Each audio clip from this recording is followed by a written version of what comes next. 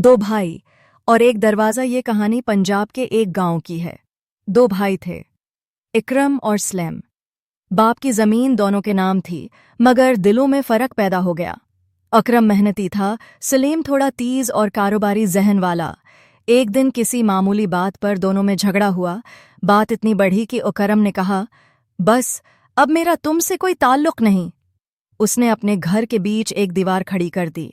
अब वो एक दूसरे को सलाम तक नहीं करते थे। साल गुजरते गए, माँ दुनिया से चली गई, मगर दीवार कायम रही।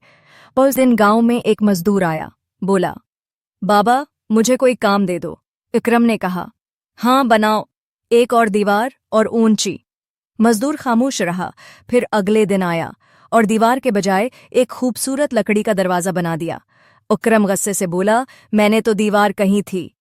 मजदूर मुस्कुराकर बोला, मैंने सुना कि आप भाई हैं, दुश्मन नहीं। दीवार नहीं, दरवाज़ा ज़्यादा ज़रूरतमंद लगा।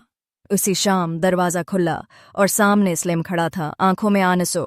बोला, भाई मैं भी यही कहना चाहता था, चलो दीवारें गिराते हैं। इकरम ने आगे बढ़कर उसे गले लगा लिया। वो मजदूर वहां नहीं था, किसी को आज तक पता नहीं चला वो कौन था। सबक, रिश्तों में दीवारें लफ्ज़ों से नहीं, दिलों के फासलों से बनती हैं।